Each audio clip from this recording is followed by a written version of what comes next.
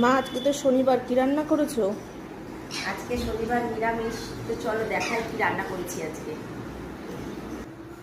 আসো কি রান্না করেছি দেখাই।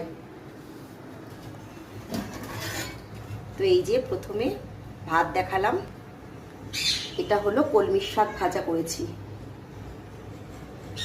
এই যে আলু ভাজা গোল গোল করে, পটল ভাজা,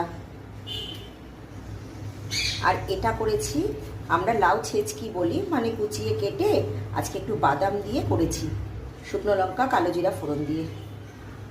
আর এইটা বন্ধুরা কি বলো তো তোমরা, এটা হলো কুমড়ো আছে না, সেই কুমড়োর সামনে যে বুকটা থাকে ওটা তো আমরা অনেকেই ফেলে দিই, কিন্তু আমরা না ফেলি না। ওটার সাথে বাদাম দিয়ে বা নারকেল দিয়ে বাটা করলে খুব সুন্দর লাগে। তো এটা সেইভাবে পাতুরি মতো করেছি, আর সাথে দিয়েছি ধনে পাতা। আর দেখো এই যে গাটি কচু আছে, গাটি কচু আলু দিয়ে রসা করেছি। তো আজকে রান্না এইটুকুই করেছি, তোমাদের কেমন লাগলো তোমরা জানিও।